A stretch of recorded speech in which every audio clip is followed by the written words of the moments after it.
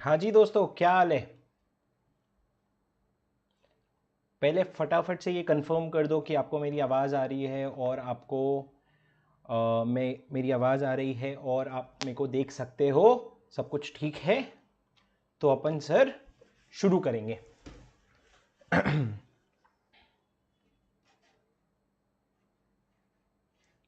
हाँ बोलो हाँ। यस, आवाज़ आ रही है। अरे सब बोलो यस। अरे बोलो तो सही yes. Yes. All right guys, क्या हाल है। ऋतिक पाश्रीचा, क्या बात है ऋतिक। क्या हाल है, क्या हाल है। सुनो दोस्तों सुनो, क्या हाल है। उम्मीद है आप लोगों की पढ़ाई एकदम सॉलिड झकास चल रही होगी। सर सुनो ना, आज हम शुरू करने वाले हैं the revision marathon for CA final November 2022 attempt. Sir कुछ बेसिक चीजें मैं आपको आज बता देना चाहता हूं ताकि आप मेरे को हर दिन रोज रोज रोज रोज ना करो। सर पूरा रिवीजन मैराथन आएगा क्या? हाँ। क्या पूरा रिवीजन मैराथन यूट्यूब पे रहेगा? Mostly yes, because it is for you guys. पर सर रहेगा। अब सर कब तक आएगा? क्या आप मेरे को रिवीजन मैराथन का पूरा शेड्यूल बता पाओगे? नहीं बॉस, मेरे को शेड्यूल नहीं पता। ठीक है, मेरी फास्ट ट्रैक लाइव बैच चल रही है और ये जनरली रिवीजन वो फास्ट ट्रैक वालों का एनर्जी बढ़ाने के लिए होता है। पर अगर उनके शेड्यूल के साथ साथ मैं कोशिश करूंगा पूरा लॉ का रिवीजन भी मार्च 15-20 तक खत्म हो जाए। पर सर अगर एक आध दो वीडियो नहीं हो पाए तो वो मैं रिकॉर्ड कर दूंगा, तो टेंशन नहीं, आपको समय पे वीडियोस मिल जाएंगे। सर दूसरा summary note, sir question bank कहां से मिलेंगे जो आप यूज करने वाले हो? Please let me Warne you guys, there are some old editions with lot of errors which are circulating on telegram and everywhere. आप भले मेरे नए एडिशन का कहीं से फोटोकॉपी करवा लो, पर प्लीज करेक्ट एडिशन लेना। और अगर आपको नहीं पता कहां से करेक्ट एडिशन मिलेगा तो नीचे डिस्क्रिप्शन में मैंने लिंक दे दिया है आपको। सर बहुत लोग ये भी पूछते हैं शॉर्टकट्स बहुत यूज है आपके नोट्स में, उनका क्या करें? सर बिल्कुल भी शॉर्ट फॉर्म ज्यादा यूज नहीं है। वो शॉर्ट फॉर्म्स है जो जनरली मैं क्लास में करवाता हूं, पर आप लोगों के लिए मैं यहां पे बता दूंगा शॉर्ट फॉर्म का क्या मतलब है। अगर आपको नहीं बताऊंगा तो मेरे को नीचे ग्रुप नीचे मैसेज पे पूछ लेना, मैं बता दूंगा। और sir last announcement before I get started and we are on fire. Last announcement sir, अभी जो रिवीजन वीडियोस हैं ये रिवीजन है, ये क्लासेस नहीं है। अगर आपके क्लासेस नहीं हुए हैं, अगर आपने सेल्फ स्टडी पूरा एक बार नहीं किया है तो ये वीडियो आपको स्पीड लगेगा भाई, वो नेचुरल है। ये वीडियो उन लोगों के लिए है जो जिन्होंने अभी अभी क्लास की है, जिन्होंने अभी अभी पढ़ा है और उनको सब कुछ आता है। अपन रिवीजन करेंगे सर, हर एक छोटा छोटा रिवीजन करेंगे। तो पहले तो बताओ मेरे क्लास के जो अभी स्टूडेंट है, तुम लोग यहां आ गए हो कि नहीं? क्योंकि तुम लोग अगर यस बोलते जाओगे ना, मेरे को समझ आता जाएगा कि सब सही जा रहा है। तो तुम लोग कौन कौन है यहां पे बताओ, फटाफट बताओ। राजेश भाई मेरे को बख्श दे, तू यहां तो बख्श दे कम से कम। फेमा की क्वेरी है रिवीजन के बीच में? नहीं, बिल्कुल भी नहीं। हाँ जी सर, चलो शुरू करते हैं, शुरू करें। फर्स्ट चैप्टर पूरा सेक्शन 149 से लेकर के 172 तक रिवाइज करेंगे। मैं तुमको चैलेंज करता हूं 172 तक नहीं उठोगे, और अगर 172 तक नहीं उठोगे, बीच में आपका ध्यान भटकता है ना, अगर तुमको सुनाई नहीं देता है, तुमको समझ नहीं आता है, एक बस काम करना, मेरा वीडियो देखना बंद कर देना, खड़े होकर के सिर्फ सुनने लग जाना। मैं बोल रहा हूं जो उसको प्रोसेस करने लगना, सारी चीजें समझ आएगी दोस्त। ठीक है, अगर आपको नहीं बैठ रहा है फ्लो तो बुक बंद कर देना, सिर्फ सुनते जाना आंख बंद करके। मैं जो बोल रहा हूं सो मत जाना भाई, तो सारी चीजें आपको समझ आती जाएगी। अब मैं शुरू करता हूं सर रिवीजन।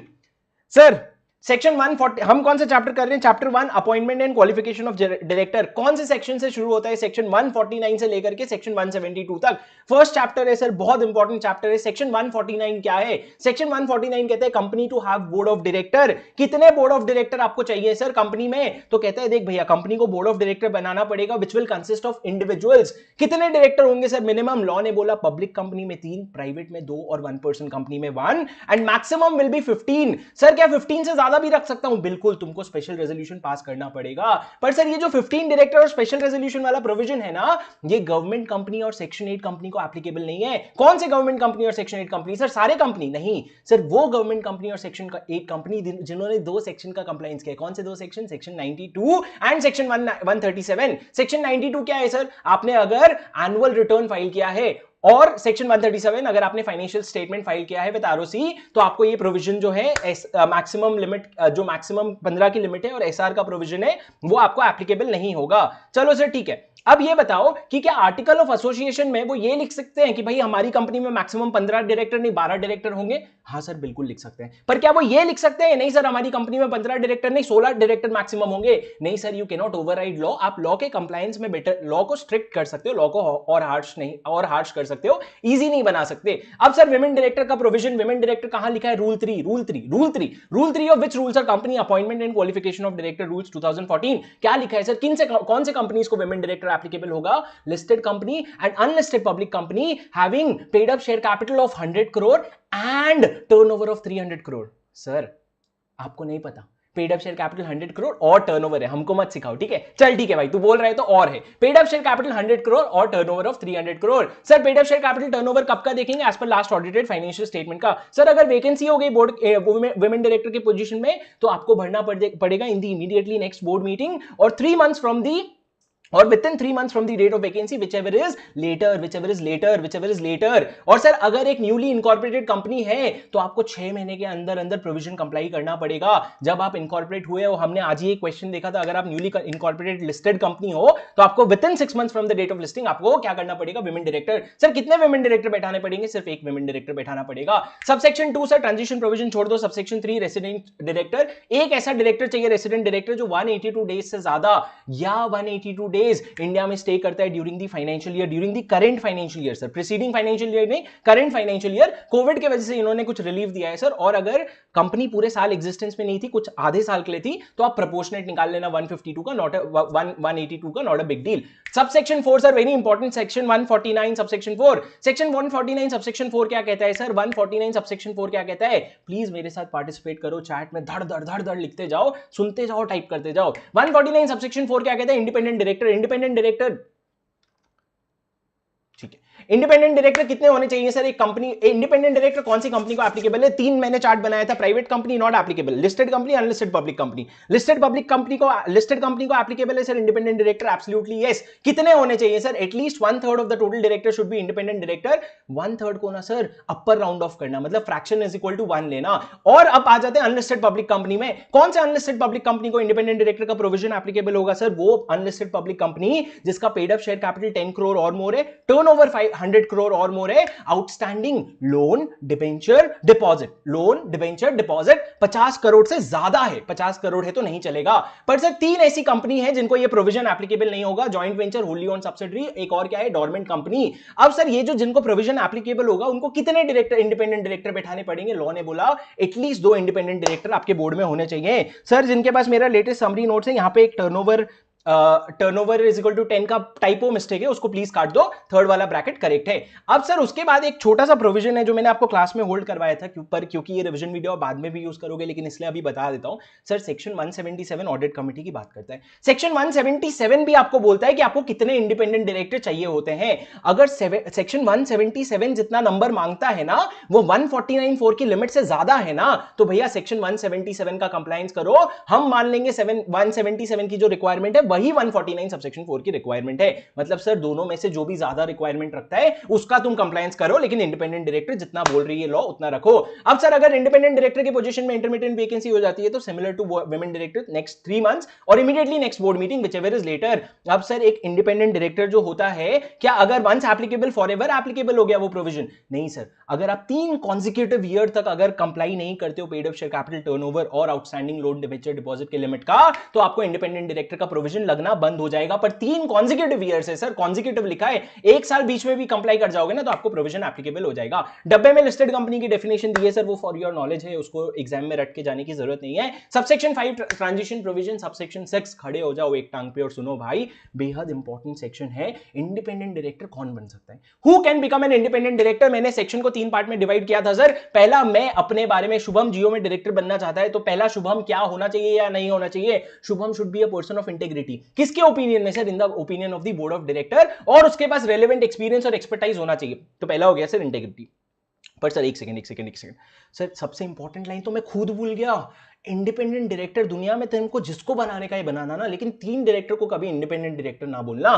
पहला होल टाइम डायरेक्टर, दूसरा नॉमिनी डायरेक्टर और तीसरा मैनेजिंग डायरेक्टर। कौन से 3 director sir? Whole time director, managing director और नॉमिनी डायरेक्टर को कभी भी इंडिपेंडेंट मत बोलना। क्या 3 चीजें थी सर? पहला, शुभम जियो में अगर अपॉइंट होना चाहता है एज एन इंडिपेंडेंट डायरेक्टर तो Shubham should be an person of integrity. दूसरा क्या है sir? Shubham should not have is neither a promoter of cash nor a relative of promoter और डायरेक्टर ऑफ कैश। मैंने आपको क्या समझाया था सर? इसमें प्रमोटर कवर्ड है और प्रमोटर और डायरेक्टर के रिलेटिव कवर्ड है, डायरेक्टर खुद कवर्ड नहीं है। तीसरा, should not have any pecuniary relationship, किसके साथ सर? कैश भी, और यहां प्रमोटर और डायरेक्टर भी लिखा है। क्यों? तुमको मैंने बताया था, during the current year and the last 2 preceding financial year. Sir current year and last 2 preceding financial year, लेकिन लॉजिकली सर पेक्यूनियरी रिलेशनशिप थोड़ा सा तो होगा ना? हाँ भाई समझा, थोड़ा सा होगा। कौन से 3 एक्सेप्शन है सर? पहला, अगर आप आर्म्स लेंथ प्राइस पे ऑर्डिनरी कोर्स ऑफ बिजनेस में कर रहे हो तो ठीक है भाई, कोई बात नहीं, कर ले। दूसरा, अगर आर्म्स लेंथ पे नहीं भी कर रहे हो लेकिन जो ट्रांजैक्शन की वैल्यू है ना वो आपके टोटल इनकम की 10% से कम है। सर अगर शुभम जियो में इंडिपेंडेंट डायरेक्टर बनना चाहता है तो यहाँ पे टोटल इनकम किसकी बात कर रहे हैं? टोटल इनकम शुभम की बात कर रहे हैं। शुभम के टोटल इनकम के 10% से कम या इक्वल टू है तो आप क्या कर सकते हो? वो ट्रांजैक्शन भी आपका नॉर्मल माना जाएगा, पेक्यूनियरी रिलेशन नहीं माना जाएगा। और तीसरा सर, अगर आपको रेम्यूनरेशन मिल रहा है, रेम्यूनरेशन नहीं मिलेगा तो चाचा थोड़ी लगता है जो मेरा फ्री में काम करेगा। तो ये हो गया सर शुभम के बारे में 3 पॉइंट। उसके बाद क्या है सर? उसके बाद 4 पॉइंट है related to my relatives. Relatives क्या होते हैं sir? Dogs, sorry gods, G O D S. तो सर रिलेटिव के बारे में क्या पॉइंट है? रिलेटिव को 4 पॉइंट का कंप्लायंस देखना पड़ता है। पहला, अगर आपका कोई भी रिलेटिव है वो सिक्योरिटी नहीं होल्ड करना चाहिए कंपनी एसोसिएट सब्सिडरी होल्डिंग में during the current year and the last 2 preceding financial year. तो शुभम अगर जियो में डायरेक्टर बनना चाहता है, इंडिपेंडेंट डायरेक्टर, तो उसका कोई भी रिलेटिव क्या नहीं होल्ड कर रहा है? सिक्योरिटी नहीं होल्ड कर रहा है जियो में या कैश में, कहीं पे भी। पर सर इन्होंने बोला यार ऐसा तो नहीं कर सकते हमको ना कुछ एक्सेप्शन देना पड़ेगा।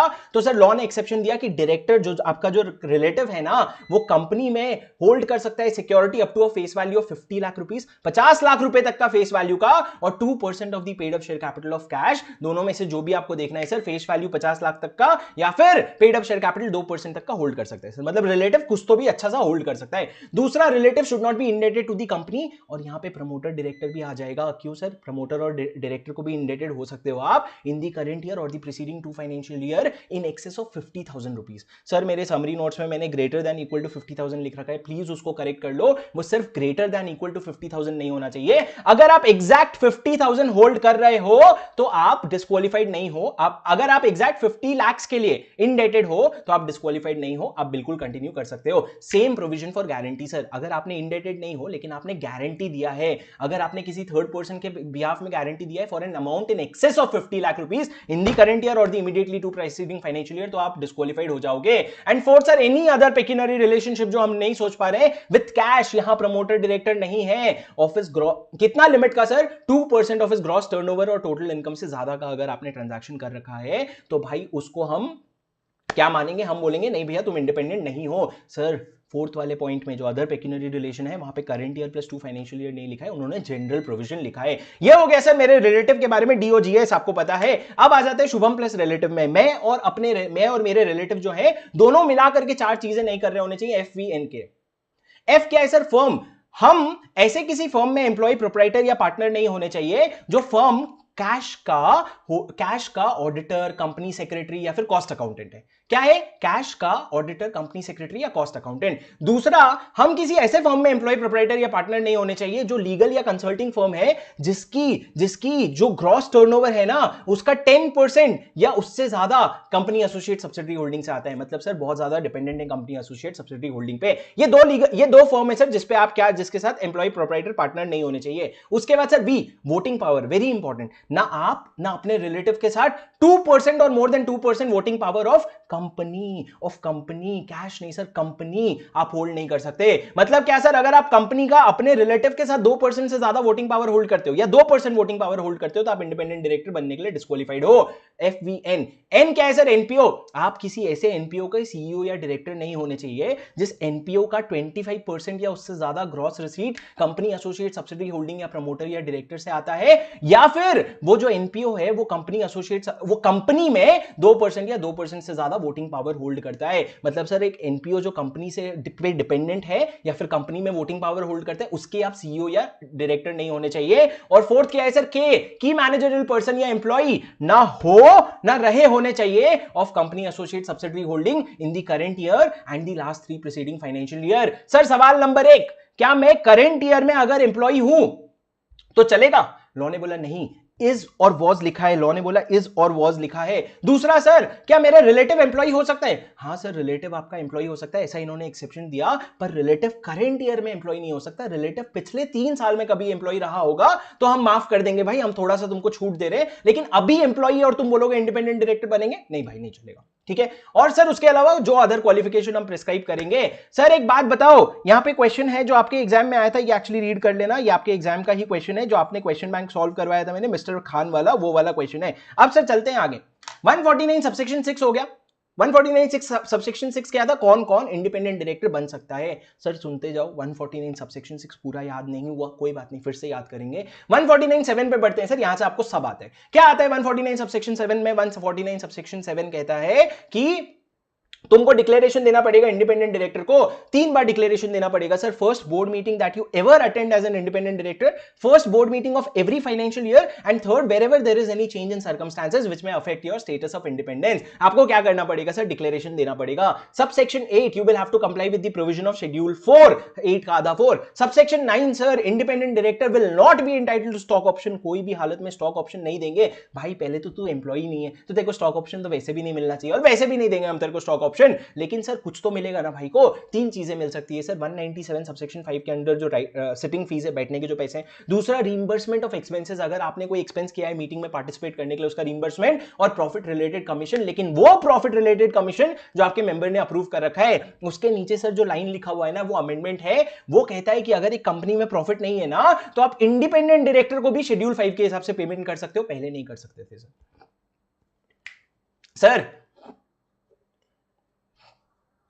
आवाज नहीं आ रही है मेरी, सुनो सुनो। सबसेक्शन 10 और सबसेक्शन 11 टर्म के बारे में बात करता है सर। क्या टर्म होगा इंडिपेंडेंट डायरेक्टर का? Independent director can be appointed for up to a term of up to 5 years। Can he be appointed for 5 terms? No sir, he can be appointed for a maximum of 2 terms, but जो second term होगा ना, उसके लिए special resolution pass करना पड़ेगा।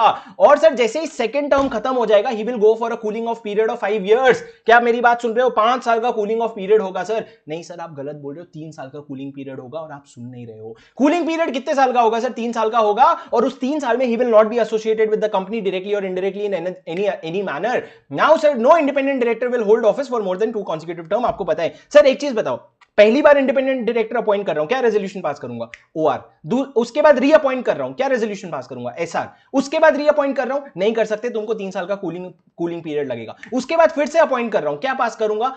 Ordinary resolution. Sir जब cooling off period के बाद अपॉइंट कर रहे हो तो वो ऑर्डिनरी रेजोल्यूशन होता है। अब सर इंडिपेंडेंट डायरेक्टर और जो बाकी नॉन एग्जीक्यूटिव डायरेक्टर होते हैं, वो डे टू डे अफेयर्स में इन्वॉल्व नहीं होते हैं, so they are responsible only for those acts of commission और omission of offences which has occurred with their knowledge and it was attributable to the board process and it has occurred with his consent or in which he failed to act diligently। तो ये तीनों condition अगर meet होंगे तो ही independent director liable होगा। Last सबसे easy और सबसे favourite subsection sir, provision of section 152 subsection 6 and 152 subsection 7 will not be applicable to independent director. मतलब तुम रिटायर बाय रोटेशन नहीं हो सकते इंडिपेंडेंट डायरेक्टर, इसलिए आपको पता है टोटल नंबर ऑफ डायरेक्टर से भी निकालते हैं। सर ये क्या पढ़ा रहे हो? अरे रुक जा भाई, आज तो पढ़े थे, कल तो पढ़े थे। सुनो sir, section 150 manner of selection of independent director and maintenance of data bank of independent director. Sir ये एग्जाम में अभी गया, तुम लोग जो रिवीजन पहले भी देखे हो तुम लोग को तो पता ही है, अभी एग्जाम में गया सर। सेक्शन 150 क्या कहता है सर? कि हम एक डेटा बैंक बनाएंगे जहां पे हम इंडिपेंडेंट डायरेक्टर का सारा डेटाबेस मेंटेन करेंगे।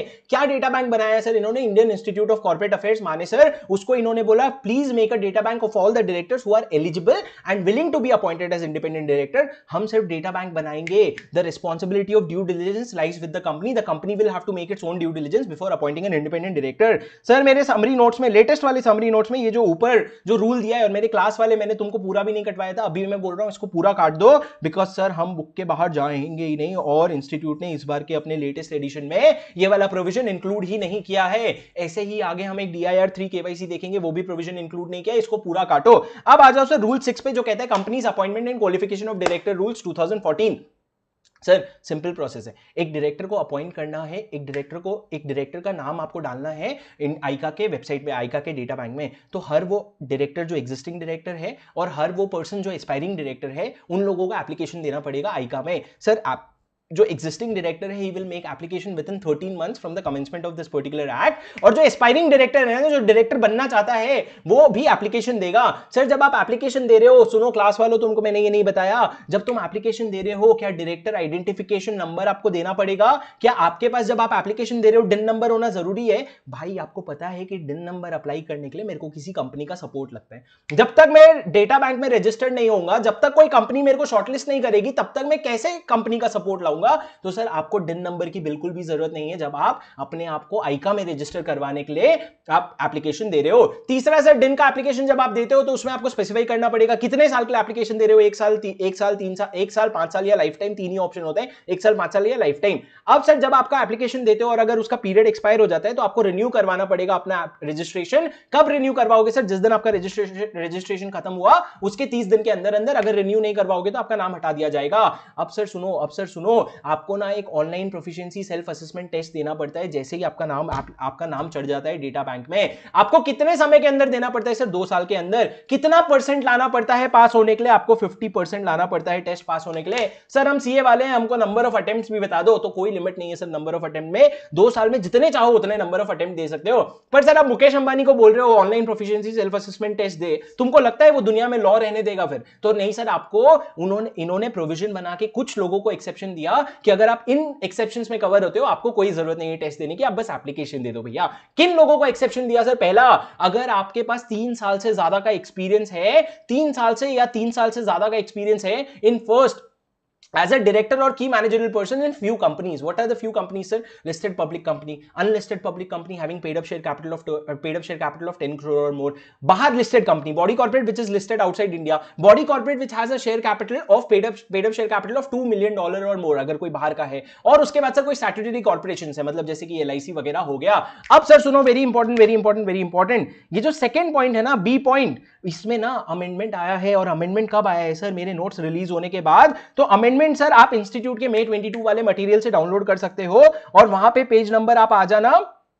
भाई पेज नंबर नहीं लिखते, हद है यार। पेज नंबर 2 पे आ जाना सर। पेज नंबर 2 पे बी का पॉइंट पढ़ो सर। बी का पॉइंट ये बोल रहे हैं कि हम हर वो डायरेक्टर को या फिर किसी और डायरेक्टर या इक्विवेलेंट पोजीशन को जो सेंट्रल गवर्नमेंट या स्टेट गवर्नमेंट की किसी भी मिनिस्ट्री या डिपार्टमेंट में क्या कर रहा है, वो matters relating to commerce, corporate affairs, finance, industry और पब्लिक एंटरप्राइज हैंडल कर रहा है, या फिर affairs related to government company और statutory corporation set up under any act of the parliament. मतलब सर सुनो, कोई भी मिनिस्ट्री जो हम बता रहे हैं नीचे जो हैंडल करते हैं ये सब अफेयर्स, वो मिनिस्ट्री में अगर आप डायरेक्टर या अबव पोजीशन के हो ना, तो आपको कोई जरूरत नहीं है रजिस्टर करवाने की, आप एग्जाम देने की, आप एग्जाम्प्ट हो। सर एग्जामिशन एग्जाम से है, आपको फिर भी जाकर के रजिस्टर तो करवाना ही पड़ेगा। उसके बाद सर इन्होंने सी पॉइंट क्या लिखा है, वापस आ जाओ मेरे नोट्स पे। सी पॉइंट इन्होंने लिखा है सर, देखो सी पॉइंट इंटैक्ट रहेगा, ठीक है? जो लोग नहीं जानते सुनो, सी पॉइंट इंटैक्ट रहेगा सर, बी पॉइंट चेंज होगा। सी पॉइंट क्या है सर? अगर आप किसी reserve bank of India, SEBI, PFRDA, IRDA, यहां पे अगर जनरल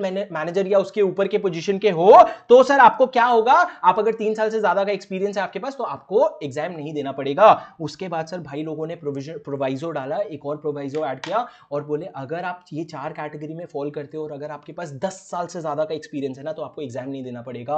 4 कैटेगरी क्या है सर? अगर आप एडवोकेट हो कोर्ट में, अगर आप सीए हो, अगर आप कंपनी सेक्रेटरी हो, या फिर अगर आप कॉस्ट अकाउंटेंट हो, तो आपको क्या, अगर 10 साल से ज्यादा का एक्सपीरियंस है तो आप एग्जाम्प्ट हो। सर आपने नोट्स में क्यों नहीं दिया? क्योंकि नोट्स अमेंडमेंट नोट्स के बाद आया। सर कैसे करें? अभी ये वाला प्रिंट आउट ले लो, उसके बाद वहां से कर लेंगे एग्जाम के पहले भी। सेक्शन 151 क्या कहता है sir? Small share holder director, very important provision, एक बार सब भूल जाओ, वापस आ जाओ सेक्शन 151 पे। छोटा लोगों का director sir, small share holder director क्या होता है sir? Small share holder director को स्मॉल शेयर होल्डर्स अपॉइंट करते हैं। स्मॉल शेयर होल्डर्स कौन होते हैं? वो लोग जिनके पास जो शेयर्स है उसकी नॉमिनल वैल्यू 20,000 से ज्यादा नहीं है। 20,000 है तो चलेगा सर? हाँ सर चलेगा। 20,000 है तो चलेगा? हाँ सर चलेगा। उसके बाद सर ये सिर्फ लिस्टेड कंपनी को एप्लीकेबल है, वो भी लिस्टेड कंपनी में। लिस्टेड कंपनी को किसी ने नहीं फोर्स किया, अगर तुम चाहते हो तो तुम कर लो। सर अभी small share holder director appoint कैसे होता है? सुओ मोटू भी अपॉइंट हो सकता है, और अगर आप चाहो तो एप्लीकेशन से भी कर सकते हो। ऋतिक कुछ नहीं बोला मैं। सुओ मोटू मतलब क्या? सुओ मोटू मतलब खुद से, ठीक है, सुओ मोटो भी अपॉइंट हो सकता है, या फिर अगर आप चाहो, अगर शेयर होल्डर के नोटिस आने पे भी अपॉइंट कर सकते हो। अब सर कितने स्मॉल शेयर होल्डर नोटिस भेजेंगे? Small share holder not lower than 1000 small share holder और 1/10 of the total small share holder whichever is lower. Sir exact limit पे इन्होंने क्वेश्चन पूछा था आज, जो मैंने आपको क्लास में 53 क्वेश्चन करवाया था ना, उसका बी पार्ट जाके करना, जो 150 स्मॉल शेयर होल्डर वाला क्वेश्चन था, एग्जैक्ट लिमिट पे खेला था इन्होंने 10% of total small share holder के। तो सर क्या था, अगर आप lower of 1000 small share holder और 1/10 of total small share holder whichever is lower, क्या कर सकते हैं? एप्लीकेशन दे सकते हैं। कितने समय पहले एप्लीकेशन देना पड़ेगा sir? At least 14 days before the general meeting. क्या क्या कंटेंट होगा सर नोटिस में सबसे पहले जितने भी स्मॉल शेयर होल्डर एप्लीकेशन दे रहे हैं ना, वो अपना नाम, address, folio number and share holding बताएंगे और नीचे सबको साइन करेंगे और साथ में वो अटैच करेंगे सर क्या, कि हम किस बंदे को small share holder director appoint करना चाहते हैं, उसका नाम और एड्रेस। सर अगर लॉ कहता कि सिर्फ नाम और एड्रेस अटैच करना, तो तुम ना ऋतिक रोशन का नाम अटैच करके भेज देते। इसलिए लॉ ने बोला कि नाम और एड्रेस के साथ 3 चीज और भी लगेगा सर, उसका director identification number, that he is not disqualified under section 164 and his consent to act as a director. ये 3 चीजें और अटैच करके भेज देना। अब सर सबसे इंपॉर्टेंट क्वेश्चन, क्या share holder, small share holder director independent director होता है? तुम मेरे से लड़ लोगे, मैं तुमसे लड़ लूंगा, आंसर किसी को नहीं पता। ठीक है, हम ये स्टैंड ले आप जैसा बोलो। अगर आपको बोलना है small share holder director mandatory independent होता है, तो मैं कहूंगा हाँ। अगर आप बोलो नहीं sir small share holder director जो है ना, ये देखो इसको इंटरप्रेट करोगे ना तो जरूरी नहीं है, तो मैं कहूंगा हाँ, क्योंकि अब तुम मानते नहीं हो मेरी बात और दोनों आंसर सही है सर। तो small share holder director independent director होता है क्या? लॉ कहता है हम उसको इंडिपेंडेंट डायरेक्टर मान लेंगे अगर 149 सबसेक्शन 6 और 149 सबसेक्शन 7 का कंप्लायंस होता है। लेकिन सर एक स्मॉल शेयर होल्डर डायरेक्टर को अपना ऑफिस वेकेट करना पड़ेगा 3 कंडीशन में। अगर 164 में वो डिस्क्वालीफाई हो जाता है, 167 में उसका ऑफिस वेकेट हो जाता है, या 149 सबसेक्शन 6 का कंप्लायंस नहीं होता है, तो सर उसको अपना ऑफिस वेकेट करना पड़ेगा। सर सबसे इंपॉर्टेंट सवाल, क्या small share holder director section 152 subsection 6 में is he liable to retire by rotation? The answer is no, he is not liable to retire by rotation. But my question to you is, will he be included in the total number of director in subsection 152 subsection 6, जैसा मैंने आज class में समझाया था? yes sir he will be included। और जब मैं आज बोल रहा हूं ना, तो समझ जाओ जो कल परसों की जो भी क्लास में हमने किया था, ऐसा नहीं आज ही पढ़ाया था क्या सर आपने? सुनो sir, small share holder director का टेन्योर क्या होगा? 3 साल का। रीअपॉइंट हो सकते हैं? हाँ सर 1 साल के लिए, एक बार रीअपॉइंट हो सकता है, 3 और साल के लिए नहीं सर, रीअपॉइंट नहीं हो सकता, सिर्फ एक ही साल का टेन्योर, एक बार 3 साल का टेन्योर रहेगा, फिक्स 3 साल, अप टू 3 इयर्स नहीं, fix 3 years, not eligible for reappointment. After end of 3 years he will go for a cooling off period of a 3 years. Sir can a person be appointed as small share holder director in 2 companies? Yes, sir. A person can be appointed as small shareholder director in 2 companies, but both the companies should not be in competing or conflicting business. But sir, can a small person be appointed small shareholder director in 3 companies? No, sir, he cannot be appointed as small shareholder director. Sir, section 152 again a very very important section. क्या तुम मेरे साथ बने हुए हो? बताओ, क्या तुमको मेरी आवाज आ रही है और क्या तुमको समझ आ रहा है? बताओ बताओ बताओ बताओ बताओ। यस बताओ सचिव बताओ। Okay 152 sir appointment of director. Sir सुनो 727 हो रहा है, मेरे साथ बने रहो, 815 तक पूरा प्रोविजन डिटेल में कवर करके खत्म कर दूंगा, बस सुनते रहो 152 sir appointment of directors. Appointment of directors क्या होता है सर? बेसिक सा प्रोविजन है, सबसेक्शन 1 152 सबसेक्शन 1। फर्स्ट डायरेक्टर कैसे अपॉइंट होगा सर? या तो आर्टिकल ऑफ एसोसिएशन में लिखा होगा, if not written then subscribers to memorandum will be deemed to be first director. How long will they hold the office sir? Till the directors are appointed as per the provision of this act. मतलब आप general meeting बुलाओगे, फिर आप director appoint करोगे, तब तक first director hold करेगा। 1% company में sir जो 1% मेंबर जो है ना, वही डीम्ड डायरेक्टर मान लिया जाएगा। दूसरा sir, a person shall be appointed as director by the company in the general meeting. Ordinary resolution pass करके जनरल मीटिंग में अपॉइंट करो, ये जनरल रूल है। तीसरा, डिल नहीं होगा ना, तो आप डायरेक्टर नहीं बन सकते। ये person can not become a director unless DIN has been allotted to him. Sir क्या एक माइनर पर्सन डिन डायरेक्टर बन सकता है? नहीं सर, माइनर डेन के लिए एप्लीकेशन नहीं दे सकता, इसलिए उसको डेन नंबर भी अलॉट नहीं हो सकता, इसलिए डेन नहीं अलॉट हो सकता तो डायरेक्टर नहीं बन सकता। आज अपन ने 164 पढ़ा ना डिस्क्वालिफिकेशन, वहां कहीं था माइनर डिस्क्वालिफाइड है? नहीं सर, पर माइनर डेन के लिए अप्लाई नहीं कर सकता, तो जब डेन के लिए अप्लाई नहीं कर सकता तो डायरेक्टर कैसे बनेगा? उसके बाद सर सबसेक्शन 4 और सबसेक्शन 5, आपको डायरेक्टर बनना है किसी भी कंपनी में तो 3 चीजें करनी पड़ेगी। आपको 164 में डिस्क्वालीफाई नहीं होना चाहिए, आपको अपना डिक्लेरेशन देना पड़ेगा उसके बारे में, दूसरा आपके पास डेन होना चाहिए, और तीसरा आपको अपना कंसेंट देना पड़ेगा। कौन से फॉर्म में कंसेंट दोगे सर? DIR 2। कंपनी उस फॉर्म का क्या करेगी? उसको आरओसी के पास लेके जाएगी, रजिस्ट्रार ऑफ कंपनीज के पास, within 30 days in form DIR 12। Form DIR 12 में लेकर के जाएगी सर। अब 152 subsection 6 very important provision. unless your article says that all the director will retire by rotation in the annual general meeting, your few directors will retire as per the provision of this act. Take the total number of directors. Out of total number of directors, at least 2/3 of your directors will be those directors whose period of office is liable to determination by rotation by retirement by rotation. क्या बोल रहे हो sir? अपने आप को पढ़ा लो, हमको मत बताओ. At least 2/3 of the director will be those director whose period of office is liable to determination for retirement by rotation, and the remaining 1/3, maximum 1/3 will be non-rotational directors. Sir total director में total number of director में दो लोगों को मत लेना, independent director और nominee director. Independent director और nominee director, क्या small shareholder director total number of director में आएगा सर? आएगा ना sir, total number of director में आएगा. और उसके बाद सर जब आपका एटलीस्ट 2/3 आपका रोटेशनल डायरेक्टर हो गया, उसको any fraction is equal to 1 मतलब अपर राउंड ऑफ करना. उसके बाद 1/3 of the director will retire by rotation. वो 1/3 ऑफ द डायरेक्टर कौन होंगे सर? वो लोग जो ऑफिस छोड़ के जाएंगे, और यहां पे जो 1/3 है वो मैथमेटिकल राउंड ऑफ होगा, और बाकी जो 2/3 है वो सेफ हो जाएंगे. तो आपको मेरी स्क्रीन में जो दिख रहा है 10 में से 2 डायरेक्टर रिटायर होंगे सर. वो 2 डायरेक्टर कौन होंगे? Those who have been holding longest in the office. But sir अगर 2 जने जो एक साथ ऑफिस ज्वाइन किए थे, तो या तो तुम म्यूचुअल एग्रीमेंट से डिसाइड कर लो कौन निकलेगा, वरना हम लॉटरी निकाल देंगे. It shall be decided by the way of lottery. अब सर कुछ छोटे छोटे सवाल है मेरे. क्या nominee director total number of director में इंक्लूड होता है? नहीं सर. पर एक छोटा सा कैच है जो इन्होंने एग्जाम में क्वेश्चन पूछ के बनाया था, कि अगर एक नॉमिनी डायरेक्टर जो किसी फाइनेंशियल इंस्टीट्यूशन के वजह से आपके बोर्ड ऑफ डायरेक्टर में बैठ रहा है, तो वो एक्सक्लूडेड होगा. लेकिन अगर कोई नॉमिनी डायरेक्टर है जो नॉन फाइनेंशियल इंस्टीट्यूशन के थ्रू आपके बोर्ड ऑफ डायरेक्टर में आके बैठ रहा है, तो हम उसको एक्सक्लूड नहीं करेंगे. सर क्या बोले, हमको नहीं समझा. बैंक, एसबीआई बैंक एक फाइनेंशियल इंस्टीट्यूशन है. हाँ, तो एसबीआई बैंक अगर आपकी कंपनी में नॉमिनी डायरेक्टर बैठा रहे ना, तो वो बंदा टोटल नंबर ऑफ डायरेक्टर से एक्सक्लूड होगा. पर सर अगर रिलायंस, जो बैंक नहीं है, अगर रिलायंस इंडस्ट्रीज लिमिटेड ने आपको लोन दे रखा था, जो फाइनेंशियल इंस्टीट्यूशन नहीं है, और अगर उसने आपके बोर्ड ऑफ डायरेक्टर में किसी को बैठा रखा है, तो वो नॉमिनी डायरेक्टर आपके टोटल नंबर ऑफ डायरेक्टर्स में से इंक्लूड नहीं होगा. सर क्वेश्चंस, क्या additional director total number of director में इंक्लूड होगा? हाँ. क्या नॉन रोटेशनल में आएगा? हाँ सर. क्या अल्टरनेट डायरेक्टर इंक्लूड होगा टोटल नंबर ऑफ डायरेक्टर में? नहीं सर. इस पे क्वेश्चन बैंक में एक क्वेश्चन भी है. और सर क्या मैनेजिंग डायरेक्टर और की मैनेजरल पर्सन रोटेशनल हो सकते हैं? हाँ सर, मैनेजिंग डायरेक्टर और की मैनेजरल पर्सन रोटेशनल भी हो सकते हैं.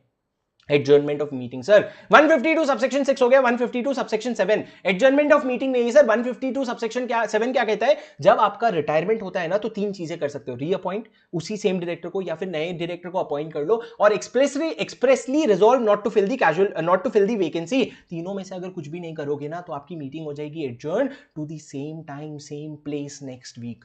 Same time, same place next week. But if that adjourned meeting का date is on a national holiday, then the immediately next day, which is not a national holiday. पर sir अगर adjourned meeting में भी आपने इन तीनों में से एक भी काम नहीं किया, तो होगा ऑटोमेटिक रीअपॉइंटमेंट. जो डायरेक्टर रिटायर हो रहे हैं वो लोग वापस रीअपॉइंट हो जाएंगे. लेकिन 5 केस में सर ऑटोमेटिक रीअपॉइंटमेंट नहीं होगा. LWR 164 162 L, अगर आप the resolution was put up and lost, अगर रेजोल्यूशन बनाया गया था, आप वो रेजोल्यूशन रखा गया था आपको अपॉइंट करने के लिए, लेकिन आप हार गए. दूसरा W, the director has expressed his unwillingness to continue as a director. तीसरा, अगर आप डिस्क्वालीफाइड हो. तीसरा R, अगर एक ऑर्डिनरी रेजोल्यूशन या स्पेशल रेजोल्यूशन लगता है, तो आप ऑटोमेटिक रीअपॉइंट नहीं कर सकते. फोर्थ, अगर 164 में डिस्क्वालीफाइड है. और 162 आपको अभी समझ आएगा, अगर आपको सिंगल रेजोल्यूशन से अपॉइंट नहीं कर सकते मल्टीपल डायरेक्टर्स को, और 162 का प्रोविजन अगर एप्लीकेबल है, तो आप रीअपॉइंट नहीं कर पाओगे. यहां पे मेरे को पता है आपको जवाब आ रहा है, कल क्लास के बाद पूछना, मैं आपको बताऊंगा. सर आप सुनो, अब हम क्या पढ़ रहे हैं कि जो रोटेशनल डायरेक्टर है,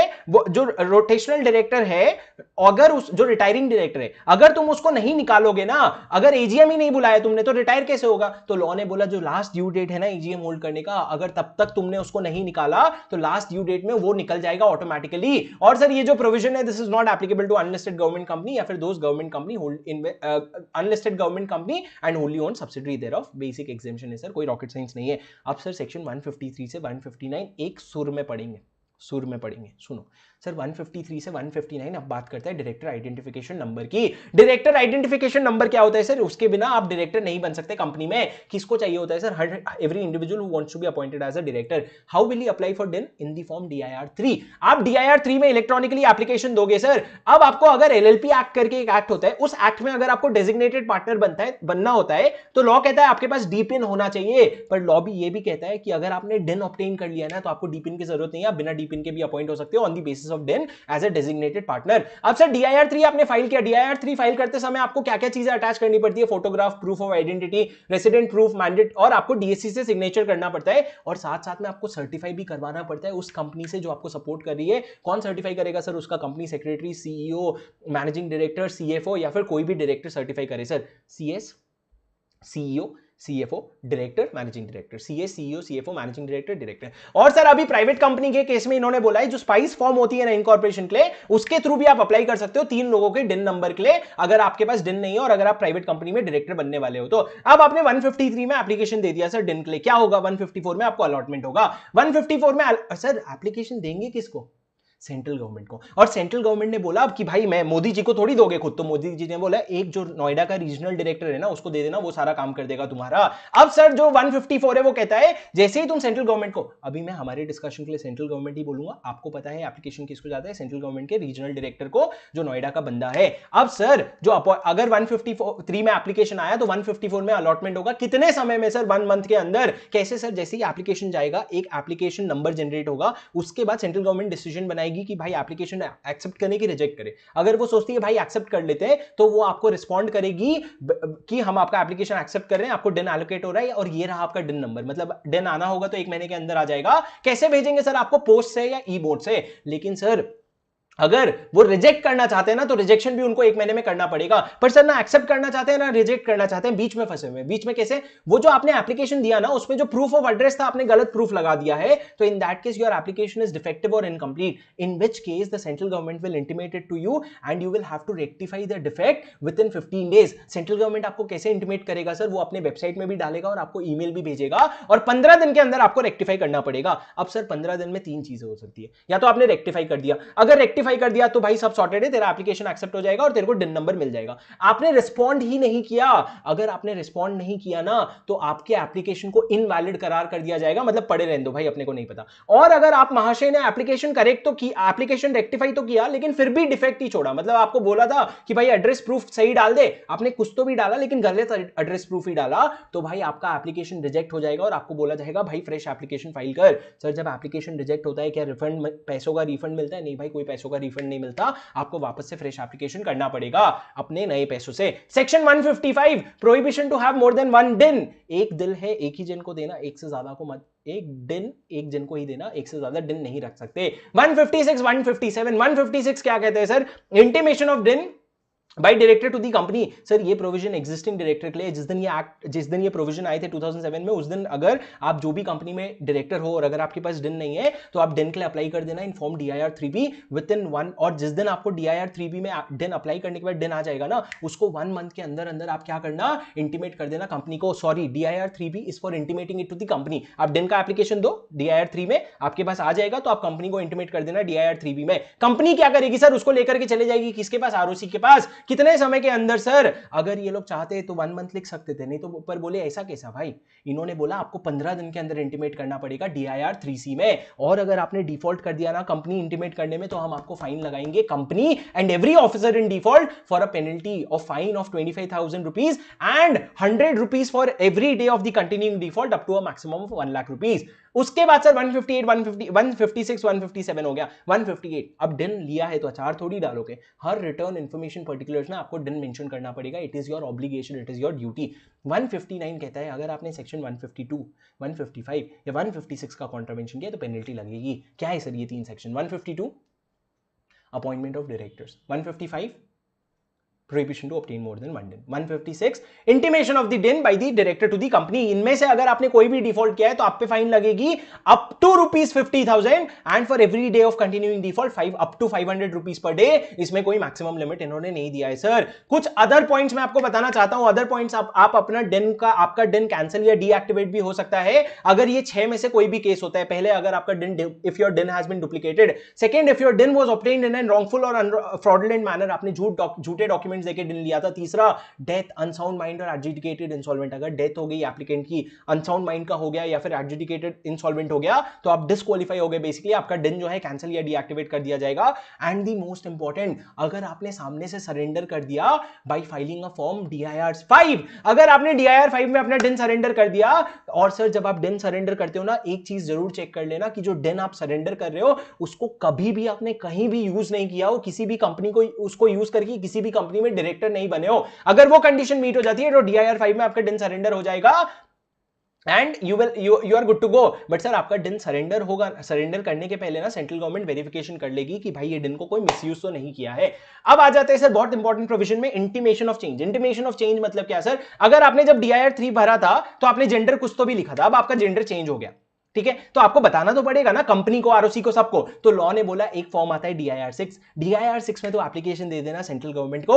DIR 6 में सेंट्रल गवर्नमेंट को एप्लीकेशन देना कब sir, within 30 days from the date of change. जिस दिन तुमने जेंडर बदलवाया ना उसके 30 दिन के अंदर एप्लीकेशन दे देना। सेंट्रल गवर्नमेंट कितने दिन में रिप्लाई करेगी, बोलेगी ना ना आराम से, जब समय होगा सेंट्रल गवर्नमेंट के पास तब रिप्लाई करेगी, कोई फोर्स नहीं है। लेकिन जब सेंट्रल गवर्नमेंट आपके चेंजेस को एक्सेप्ट कर लेगी ना, वो आपको तो बताएगी ही, साथ में ROC को भी बता देगी, रजिस्ट्रार ऑफ कंपनीज को भी बता देगी कि भाई इसका ना जेंडर चेंज हो गया, हमने नोट कर लिया है। जैसे ही आपको सेंट्रल गवर्नमेंट का अप्रूवल आ जाएगा कि चेंज हमने नोट कर लिया है, आप ना जितने भी कंपनीज में डायरेक्टर हो सबको जाके बता देना भाई चेंज हो गया, ठीक है। उसके नीचे सर आपके नोट्स में DIR 3 KYC का प्रोविजन है, उसको भी आपके इंस्टीट्यूट के मॉड्यूल में नहीं है May 22 के अब, तो उसको प्लीज हटा दो, अपने को एक भी शब्द ज्यादा पढ़ने की जरूरत नहीं है। Section 160, right of a person other than retiring director to stand for a directorship. आप सर सुनो, सर जब रिटायर हो रहा है कोई डायरेक्टर तो अपॉइंट कर देंगे, वो तो चलो रेजोल्यूशन से हो जाएगा, ठीक है। लेकिन अगर किसी नए बंदे को डायरेक्टर बनना है तो क्या करेंगे, तो सर सबसे पहले the person who wants to become a director or any shareholder of that particular company will have to make an application, will have to send a notice to the company. When will the notice be sent sir? It will be sent at least 14 days before the general meeting. तो ऐसा है तो चलो sir मैं ऋतिक रोशन का नाम भेजता हूं कि भाई मेरी कंपनी में ऋतिक रोशन को अपॉइंट कर लो। ने बोला हाँ करना है कर ले तू, लेकिन तेरे को ना डिपॉजिट देना पड़ेगा। कितना डिपॉजिट सर? 1 लाख रुपीज, और such higher amount as may be prescribed. Sir क्या ये डिपॉजिट जो 1 लाख रुपीज का ये सबको देना पड़ता है? लॉ ने बोला 3 केसेस में हम एक्सक्लूड करेंगे। सर पहला, अगर आप इंडिपेंडेंट डायरेक्टर के अपॉइंटमेंट के लिए एप्लीकेशन दे रहे हो। दूसरा, जो एप्लीकेंट है वो कौन है? Nomination remuneration committee. तीसरा, अगर एक कंपनी है जिसमें NRC के प्रोविजन एप्लीकेबल नहीं है and in that case the board of directors are making the recommendation, in that case deposit is not required. तो 3 केस में sir deposit will not be required. अब सर डिपॉजिट दे दिया आपने, application दे दिया, क्या वो जो डिपॉजिट के पैसे हैं वो रिफंड होंगे? हाँ, जिस बंदे को आपने नॉमिनेट किया है, इफ ही गेट्स इलेक्टेड और gets more than 25%, more than 25%, equal to नहीं सर, मोर देन 25%। सर एक बार सुनो ना, एक बार सुनो, मोर देन लिखा है, इक्वल टू 25% नहीं लिखा है। ये समझ लो 25% बाल बाल बच गए वाला हाल है। लेकिन अगर बाल बाल भी बचोगे ना तो भी पैसे नहीं मिलेंगे, आपको अच्छे से बचना पड़ेगा। तो 25% से ज्यादा अगर आपको टोटल वैलिड वोट्स का 25% से ज्यादा मिलता है तो आपके पैसे वापस हो जाएंगे। अब सर आपने कंपनी को तो नोटिस दे दिया डिपॉजिट के साथ, कंपनी अब क्या करेगी? कंपनी उस नोटिस को आगे भेजेगी शेयर होल्डर्स को at least 7 days before the general meeting. कैसे भेजेगी सर? या तो तुम उसको इंडिविजुअल नोटिस भेज देना एक एक जन को, ईमेल से या राइटिंग में जैसे तुमको भेजना है, या फिर तुम न्यूज़पेपर में एडवर्टाइजमेंट कर लेना। कौन से न्यूज़पेपर में sir? 1 in vernacular language, 1 in English language. और सर इसके साथ साथ आपको अपने वेबसाइट में भी प्लेस करना पड़ेगा ताकि सबको समझ आ जाए कि भैया नोटिस आ गया है। अब सर शेयर होल्डर का नोटिस चला जाएगा तो नोटिस मीटिंग होगी और मीटिंग में ऑर्डिनरी रेजोल्यूशन पास करके आप अपॉइंट कर सकते हो डायरेक्टर को। अब सर कुछ इंपॉर्टेंट प्रोविजन, निधि कंपनी के केस में डिपॉजिट जो है वो 1 लाख रुपए की जगह 10,000 रुपए लगेगा। मतलब अगर आप निधि कंपनी में किसी डायरेक्टर को अपॉइंट करना चाह रहे हो तो आपको 1 लाख रुपए की जगह 10,000 रुपए का डिपॉजिट लगेगा। सेक्शन 8 कंपनीज को इन्होंने एक्सेप्शन दिया कि भाई अगर तुम्हारी कंपनी के बोर्ड ऑफ डायरेक्टर्स अगर चाहे ना तो 25% या उससे कम के भी वोट में आपको क्या कर सकते हैं? पैसे वापस कर सकते हैं। सर लॉजिकली सोचो ऐसा क्यों प्रोविजन बनाया? क्यों? खुजली और कुछ नहीं भाई। सेक्शन 8 कंपनी को ऐसा क्या, मतलब सबको ही दे दो ना फिर तो पावर तुम नहीं, लेकिन सेक्शन 8 कंपनी को देना है। तो सेक्शन 8 कंपनी को इन्होंने क्या बोला सर? 25% या 25% से कम वोट अगर सेक्शन 8 कंपनी में मिलता है किसी डायरेक्टर को तो तुम उसके भी पैसे वापस कर सकते हो। इसके अलावा सर 3 एग्जेम्पशन वाले तो कहीं पीछे खड़े होते नहीं है, ये लोग बोले हम भी हैं, तो लॉ ने बोला तुम तीनों को तो ये प्रोविजन ही एप्लीकेबल नहीं होगा।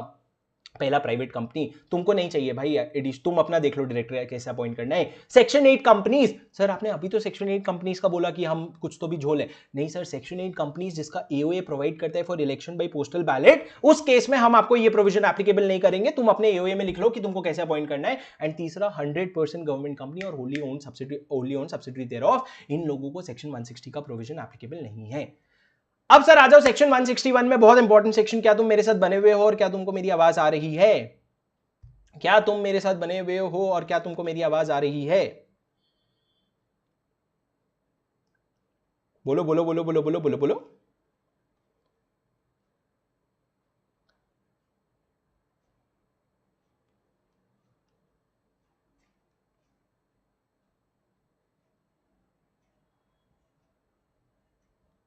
यस चलो सर, सर सुनो ना,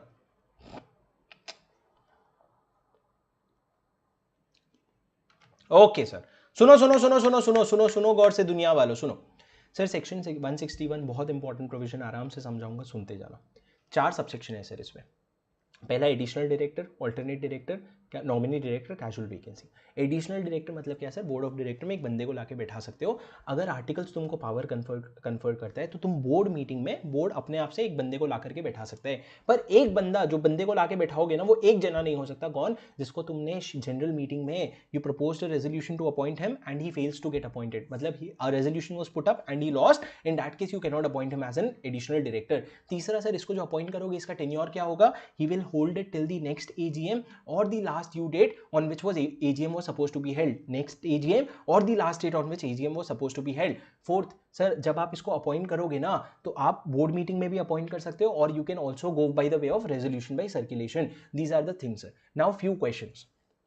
कैन यू पास एन, आपने बोला पावर आर्टिकल ऑफ एसोसिएशन से चाहिए होता है, क्या आप ऑर्डिनरी रेजोल्यूशन पास करके बोर्ड को पावर दे सकते हो एडिशनल डायरेक्टर अपॉइंट करने का? नहीं। क्या आप स्पेशल रेजोल्यूशन पास करके पावर दे सकते हो? बोले नहीं।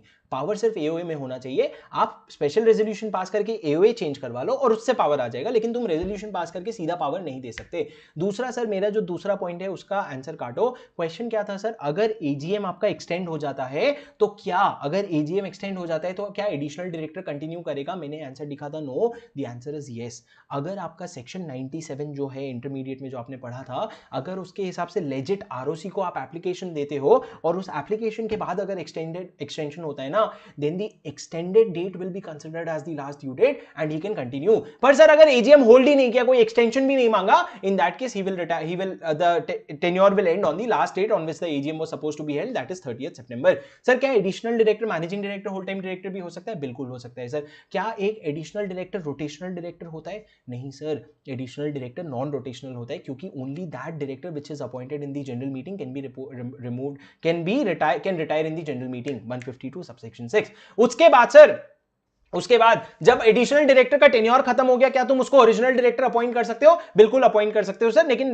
नॉर्मल 160 का प्रोसेस कंप्लाई कर लेना। इतना हो गया सर एडिशनल डायरेक्टर। सब section 2 alternate director. Alternate director क्या होता है sir? If the original director is living India for a period of 3 months or more, then in his absence you can appoint a person who is called as alternate director. Alternate director is not a proxy of original director, he is a director in his own capacity. The original director, alternate director will be appointed by the board. Board को power कहां से आएगा sir? या तो article of association में लिखा है, अगर नहीं लिखा है then an ordinary resolution can be passed and board can be given the power. पर सर ऑर्डिनरी रेजोल्यूशन पास करके एडिशनल डायरेक्टर का पावर नहीं दे सकते, लेकिन ऑल्टरनेट डायरेक्टर का पावर दे सकते हो। पर सर दो लोग एडिशनल डायरेक्टर ऑल्टरनेट डायरेक्टर नहीं बन सकते। पहला, अगर आप उसी कंपनी में जिसमें ऑल्टरनेट डायरेक्टर अपॉइंट होने वाले हो, उसी कंपनी में आप डायरेक्टरशिप होल्ड करते हो, तो भाई क्या करेगा ऑल्टरनेट डायरेक्टर बन के? दूसरा, अगर आप उसी कंपनी में किसी और डायरेक्टर के लिए ऑल्टरनेट डायरेक्टर हो, तो मतलब सर एक कंपनी में दो जन के लिए आप ऑल्टरनेट डायरेक्टर नहीं हो सकते। अब सर क्या ऑल्टरनेट डायरेक्टर इंडिपेंडेंट डायरेक्टर का भी हो सकता है? हाँ सर, इंडिपेंडेंट डायरेक्टर का भी ऑल्टरनेट हो सकता है, लेकिन उसको भी 149 सबसेक्शन 6 का कंप्लायंस करना पड़ेगा। अब सर जो ऑल्टरनेट डायरेक्टर है वो कब तक ऑफिस होल्ड करेगा? जब तक ओरिजिनल डायरेक्टर अगर होता तो वो होल्ड करता, या फिर अगर ओरिजिनल डायरेक्टर इंडिया वापस आ जाए, whichever is earlier, the original tenure of original director or he returns to India, whichever is earlier। Sir अगर जब वो बाहर जा रखा है ओरिजिनल डायरेक्टर, उसी दौरान अगर ओरिजिनल डायरेक्टर का ऑटोमेटिक रीअपॉइंटमेंट हो गया, that will B only automatic reappointment of original director and not of the alternate director. आपको ऑल्टरनेट डायरेक्टर वापस से अपॉइंट करना पड़ेगा। सर क्या ओरिजिनल डायरेक्टर बाहर जाते जाते ये बोल सकता है कि मैं अपने बेटे को बना देता हूं ऑल्टरनेट डायरेक्टर? नहीं सर, ऑल्टरनेट डायरेक्टर प्रॉक्सी नहीं है, उसको अपॉइंट बोर्ड ऑफ डायरेक्टर करता है, ऑल्टरनेट डायरेक्टर नहीं करता है, ओरिजिनल डायरेक्टर नहीं करता है। सर क्या आप एक ऑल्टरनेट डायरेक्टर बना सकते हो जब ओरिजिनल डायरेक्टर 2 महीने के लिए इंडिया के बाहर जा रहे हैं? नहीं sir, minimum period is 3 months, 3 months या उसके बाहर ज्यादा से के लिए बाहर जा रहे हैं तो ही बनेगा। सर अगर वो 4 महीना बोल के गया था लेकिन 2 महीने में वापस आ गया, तो कोई लोड नहीं, 4 महीना बोल के गया था ना, तो तुम ऑल्टरनेट डायरेक्टर अपॉइंट कर लो, जैसे ही वो वापस आ जाएगा ऑल्टरनेट डायरेक्टर का ऑफिस वेकेट हो जाएगा। 161 सबसेक्शन 3। नॉमिनी डायरेक्टर सर, कौन बनेगा नॉमिनी डायरेक्टर? एओए में पावर होना चाहिए, बोर्ड अपॉइंट करेगा। क्यों अपॉइंट करेगा सर? अगर लॉ के वजह से या किसी अग्रीमेंट के वजह से या सेंट्रल गवर्नमेंट या स्टेट गवर्नमेंट बोल रहा है कि भैया तुम ना एक डायरेक्टर अपने बोर्ड ऑफ डायरेक्टर में बैठाओ, तो उसको बैठाना पड़ेगा सर, उसको कहते हैं nominee director. Not a very important provision. 161 subsection 4 very important provision, casual vacancy. Casual vacancy क्या होती है सर? अगर जो डायरेक्टर है वो अपने ओरिजिनल टेन्योर से पहले अगर अपना ऑफिस वेकेट कर जाता है for any reason, be it death, be it any reason, in that case it will lead to a casual vacancy. Sir casual vacancy is what? अगर अनफोर्सीन वैकेंसी होगी तो उसको कैजुअल वैकेंसी बोलते हैं। Casual vacancy कौन fill करेगा? Sir board of director fill करेगा। क्या board of director casual vacancy resolution by circulation करके फिल कर सकता है? नहीं, इंपॉर्टेंट डिसीजन है, तुमको बोर्ड मीटिंग में ही पास करना पड़ेगा, तुम रेजोल्यूशन बाय सर्कुलेशन नहीं कर सकते। अब सर एक इंपॉर्टेंट प्रोविजन, जो कैजुअल वैकेंसी में जो डायरेक्टर अपॉइंट होता है ना, उसको बाद में तुमको शेयर होल्डर से रैटिफाई भी करवाना पड़ता है। ऊपर कहीं रैटिफिकेशन नहीं बोला था, यहां पे बोला रैटिफाई करवा लेना शेयर होल्डर से। ऐसा क्यों सर? क्योंकि जो कैजुअल वैकेंसी में डायरेक्टर अपॉइंट होता है ना, उसका टेन्योर कब तक होता है पता है? कि जो डायरेक्टर, ओरिजिनल डायरेक्टर जिसके ऑफिस में वैकेंसी हुई, अगर वो ऑफिस कंटिन्यू करता तो जितने समय वो कंटिन्यू करता उतने समय के लिए कैजुअल वैकेंसी फिल कर रहे हैं, तो सर पीरियड बहुत लंबा भी हो सकता है, इसलिए आपको रैटिफिकेशन करवाना पड़ेगा। सर अगर आर्टिकल ऑफ एसोसिएशन में कैजुअल वैकेंसी फिल करने का पावर नहीं दिया है, क्या बोर्ड अपॉइंट कर सकता है? हाँ सर बोर्ड अपॉइंट कर सकता है, लेकिन कैजुअल वैकेंसी बोर्ड अपॉइंट कर सकता है। हाँ बोर्ड अपॉइंट कर सकता है, बिल्कुल बोर्ड अपॉइंट कर सकता है। एओए में पावर नहीं भी दिया हो, क्योंकि पावर सर आपको लॉ से आ गया, आपको एओए से पावर नहीं चाहिए। पर सर जब आप अपॉइंट करोगे ना, तो किस तरीके से अपॉइंट करोगे वो एओए में लिखा होना चाहिए, इसलिए यहां पे आप देख रहे होगे सब्जेक्ट टू एओए लिखा है, ठीक है। और सर नीचे बहुत बढ़िया टेबल बना हुआ है, प्लीज इसको आराम से पढ़ लेना। अब सर चलते हैं 162 की तरफ, बस खत्म होने आ गया, बस सुनो थोड़ा सा तो है, सुनो। सर कैजुअल वैकेंसी और इंटरमिटेंट वैकेंसी में क्या फर्क होता है? कोई फर्क नहीं होता सर। टेक्निकली अगर आप एकदम घुसोगे तो कोई फर्क होता है, लॉजिकली कोई भी फर्क नहीं होता है, आपको बिल्कुल भी जानने की जरूरत नहीं है। बस ये समझ लो वुमेन डायरेक्टर और इंडिपेंडेंट डायरेक्टर के लिए specifically intermittent vacancy word use होता है, और अगर नॉर्मल डायरेक्टर की बात करो तो कैजुअल वैकेंसी का वर्ड यूज होता है। सर क्या फर्क नहीं है? एकदम फर्क है, दो अलग अलग वर्ड्स तो है, फर्क तो है, लेकिन आपको जानने की बिल्कुल भी जरूरत नहीं है। 162 appointment of director to be voted individually. Sir general meeting में आप एक सिंगल रेजोल्यूशन पास करके एक ही डायरेक्टर को अपॉइंट करना, एक से ज्यादा डायरेक्टर मत अपॉइंट करना। लेकिन अगर आप एक रेजोल्यूशन पास करके एक से ज्यादा डायरेक्टर को अपॉइंट करना चाहते हो, तो वो रेजोल्यूशन पास करने के पहले एक और रेजोल्यूशन पास करना, और इस रेजोल्यूशन में सारे शेयर होल्डर से पूछ लेना कि भाई हम अपॉइंट कर लें क्या डायरेक्टर एक साथ। अगर वो रेजोल्यूशन जो है ना यूनानिमसली पास हो जाता है, मतलब क्या, not a single vote is casted against this resolution, in that case what will happen, you are allowed to go for the second resolution. तो sir this is applicable only for general meeting. अगर आप बाद में recorded देख रहे हो तो pause करके एक बार इसको वर्डिंग्स रीड कर लो, क्योंकि जो मैंने बोला उसके वर्डिंग्स अच्छे हैं काफी। सर ये जो प्रोविजन है ये सिर्फ जनरल मीटिंग के लिए अपॉइंट होता है, के लिए एप्लीकेबल होता है। क्या एक बोर्ड ऑफ डायरेक्टर की मीटिंग में बोर्ड जो है वो एक साथ 4 एडिशनल डायरेक्टर अपॉइंट कर सकते हैं? बिल्कुल कर सकते हैं सर, क्योंकि आप बेयर एक्ट भी खोल के देख लो, एट अ जनरल मीटिंग सिर्फ लिखा है। 163 में नहीं कवर करवा रहा हूं क्योंकि बिल्कुल भी एग्जाम पॉइंट ऑफ व्यू से इंपॉर्टेंट नहीं है। 164, 165, 166, 167 करेंगे, बहुत इंपॉर्टेंट सेक्शन है सर। सुनो 164 डिस्क्वालिफिकेशन। सर आंखें बंद कर लो प्लीज, प्लीज आंखें बंद कर लो और मेरे साथ सोचो। 164 डिवाइडेड इनटू सब 3 सबसेक्शन 1 2 3। सबसेक्शन 1 क्या कहता है सर? एक डायरेक्टर डिस्क्वालीफाई हो जाएगा, अगर एक बंदा डिस्क्वालीफाई हो जाएगा टू बिकम अ डायरेक्टर, अगर ये सारे कंडीशंस में कहीं भी फॉल कर जाता है। पहले he has become a person of unsound mind. Sir अगर तुम किसी राह चलते आदमी को बोल दो अरे पागल है, तो क्या डिस्क्वालीफाई हो गया क्या? नहीं भैया, डिस्क्वालीफाई होगा अगर वो अनसाउंड माइंड डिक्लेयर हुआ है बाय अ कॉम्पिटेंट कोर्ट। दूसरा, he is an undischarged insolvent. Sir आंखें बंद, आंखें बंद, आंखें बंद। Unsound mind, undischarged insolvent, he has been his application for being adjudicated as insolvent is pending. 3 चीजें हो गई सर। उसके बाद क्या है? If you have been convicted by court of an offence involving moral turpitude or otherwise, and you have been imprisoned for a period, imprison हो गया sir for a period of 6 months or more, and a period of 5 years have not lapsed from the expiry of the sentence. Sir 6 महीने से ज्यादा की jail हो गई ना, तो तुम डिस्क्वालीफाई हो गए। कितने समय के लिए? जिंदगी भर के लिए डिस्क्वालीफाई हो गए? नहीं सर, 6 में जब तुम्हारा जेल खत्म हुआ ना, उसके बाद से लेकर के उसके बाद से तुम 5 साल तक के लिए डिस्क्वालीफाई हो गए। पर भाई अगर 7 साल या उससे ज्यादा के लिए जेल गया ना, तो गया, for ever disqualified, you can not be reappointed. 5th, अगर किसी कोर्ट या ट्राइब्यूनल ने ऑर्डर पास किया कि तुम डिस्क्वालीफाइड हो and such order is in force, then you are disqualified. 6th, if you have failed in payment of any call and 6 months have lapsed from the last date for payment of call, मतलब sir जो last date था उसके बाद आपने 6 महीने तक अगर payment नहीं किया, तो जब 6 महीना खत्म होगा तब आप डिस्क्वालीफाई हो जाओगे। अगर आपने, next point, if you have been convicted of an offence under section 188 at any time during the preceding 5 years, this is another way of saying कि अगर आप आज 188 के ऑफेंस में कन्विक्ट होते हो तो अगले 5 साल तक तक आप डिस्क्वालीफाइड हो। And next, if you have not obtained in under section 152 subsection 3, and next if you have reached the limit of maximum directorship as per section 165। ये सारे डिस्क्वालिफिकेशन कंडीशन है सर, IIM, कॉल ऑफ, और आपको कितना offer दिया sir, 188 का, 152 का, 165 का, जो अपन ने क्लास में देखा था। अब सर सबसेक्शन 2 में आ जाते हैं। सबसेक्शन 2 क्या कहता है? सबसेक्शन 2 कहता है कि भाई डायरेक्टर तेरी गलती नहीं, अगर किसी और कंपनी ने गलती की ना तो भी हम तेरे को डिस्क्वालीफाई कर देंगे। क्या?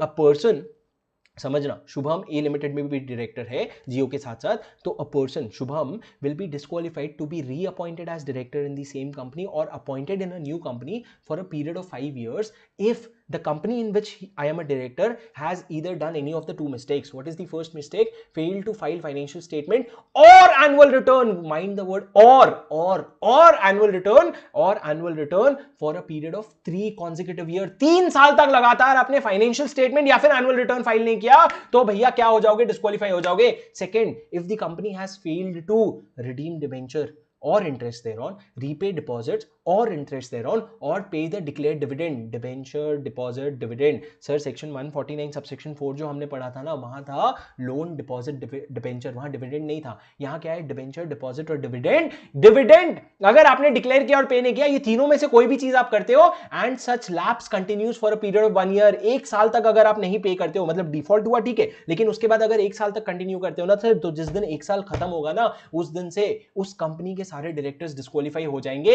अब सर जो कंपनी ने ये सारी गलती की, उस कंपनी में अगर आप नए डायरेक्टर को लाके बैठाओगे तो वो तो इमीडिएटली डिस्क्वालीफाई हो जाएगा। तो लॉ ने बोला अगर कोई नई डायरेक्टर को लाके बैठा रहे ना, तो हम उसको 6 महीने तक डिस्क्वालीफाई नहीं होने देंगे।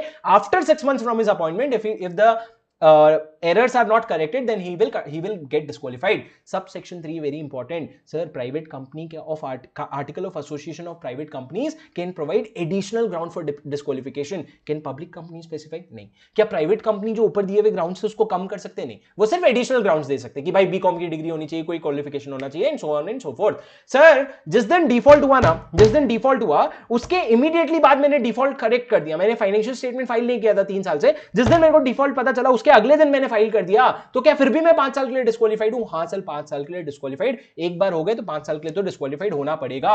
उसके बाद सर सुनो, अगर एक कंपनी ने लोन ले रखा था बैंक से और उसका डिफॉल्ट कर दिया तो क्या फिर भी डिस्क्वालीफाइड है? नहीं सर, लोन जो है वो ऊपर कवर्ड नहीं है, सिर्फ डिपॉजिट, डिबेंचर और डिविडेंड कवर्ड है। और सर जैसे ही कोई डायरेक्टर डिस्क्वालीफाई होता है ना, director to inform a company whether or not he is disqualified under form DIR 8, director को बताते रहना पड़ेगा सर। और सुनो, जो कंपनी डिफॉल्ट करती है ना इस 164 सबसेक्शन 2 में, उसको ROC को तुरंत फॉर्म DIR 9 में विद इन 30 days इंटीमेट करना पड़ेगा कि भाई हमने तो गलती कर दी और हमारे सारे डायरेक्टर्स ये रहे, इनका नाम, ये लोग भी सारे डिस्क्वालीफाइड हो गए। ये ऐसा आपको इंटीमेट करना पड़ेगा। Very important section sir 164।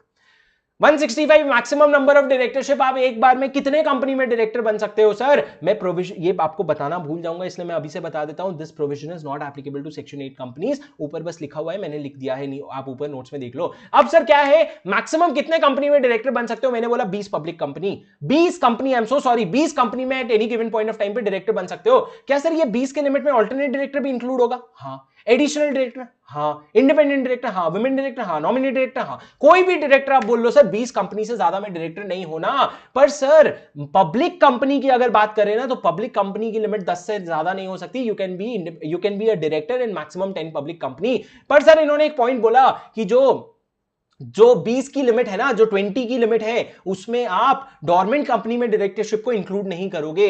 पर सर ये पॉइंट जो इन्होंने बोला ना, इन्होंने सिर्फ 20 के लिमिट के लिए बोला, 10 के लिमिट के लिए नहीं बोला। मतलब क्या? अगर आप डोरमेंट पब्लिक कंपनी में डायरेक्टर हो ना, you will not include it in the limit of 20, but you will include it in the limit of 10, जो हमने आज क्लास में बहुत डिटेल में समझा था। नीचे मैंने चार्ट भी डाल रखा है। अब सर सुनो ना, अब अगर एक कंपनी चाहे, मान लो जियो में डायरेक्टर है, तो जियो दादागिरी करके ये भी बोल सकती है, जियो के share holders special resolution pass करके ये बोल सकते हैं कि भैया हमारी कंपनी में ना जो डायरेक्टर्स हैं उनका मैक्सिमम नंबर ऑफ डायरेक्टरशिप 20 नहीं रहेगा, 10 रहेगा, 5 रहेगा, 7 रहेगा, जो उनको ठीक लगे। The members of the company can specify a lower limit of maximum number of directorship by passing a special resolution, क्योंकि सर उनको चाहिए कि तुम ज्यादा फोकस हमारी कंपनी में डालो। अगर आप इस सेक्शन का ब्रीच करते हो तो पेनल्टी लगेगी 2000 rupees per day up to a maximum of 2 lakh rupees. इतनी पेनल्टी लगेगी sir. Section 166 duties of a director, what are the duties of a director? Good faith में काम करना होगा, आर्टिकल्स का कंप्लायंस करना होगा, अनड्यू नहीं करना होगा, वो सब ठीक है। एक बहुत इंपॉर्टेंट चीज है, you can not assign your office. आपका ऑफिस आप किसी को असाइन नहीं कर सकते, वो सिर्फ आपकी ऑफिस है। अगर आप असाइन कर रहे हो ना, आप असाइन नहीं कर सकते। अगर आपने असाइन कर दिया ना, इट विल बी वॉइड। ठीक है, जो आपने हम एक क्वेश्चन मैंने आपको बताया था कि अगर आप अपने बेटे को असाइन करके जा रहे हो तो डायरेक्ट ऑफिस बची नहीं, असाइन क्या करोगे? और उसके बाद सर अगर सेक्शन 156 में पेनल्टी दी हुई है, अगर आपने कॉन्ट्रवेंशन किया तो आपको फाइन लगेगा 1 lakh rupees to 5 lakh rupees का आपको फाइन लगेगा। Section 157 very important subsection सुनो। सेक्शन 150 सर आपने तो सारे ही सेक्शंस इंपॉर्टेंट बोले, पता है ना तुमको फर्स्ट चैप्टर से कितने मार्क्स आते हैं? फिर सारे इंपॉर्टेंट है भाई, सारे क्वेश्चंस आ रखे हैं एग्जाम में पहले कभी ना कभी। Section 167 vacation of an office of A director, director की ऑफिस वेकेट हो जाएगी अगर ये सारे कंडीशंस मीट होते हैं। पहला, अगर आप 164 में डिस्क्वालीफाइड हो गए, लेकिन अगर आप 164 सबसेक्शन 2 में डिस्क्वालीफाई हो रहे हो ना, all the offices but the office of the defaulting company will be vacated. You will have to vacate the office of all the other companies but the office of defaulting company will not be vacated. So 164 sir. दूसरा, if you were absent from the board meeting in the total period of 12 months, 12 महीने में जितने भी board meeting हुए वहां से आप absent हो, आप लेकिन भले ही आपने लीव ऑफ एब्सेंस लिया हो या नहीं लिया हो, फर्क नहीं पड़ता, अगर आप एब्सेंट हो तो एब्सेंट हो। Third and fourth point, if you fail to disclose your interest under section 184 और even after disclosing you participated under section 184, then in that case you are disqualified to, you will have to vacate your office.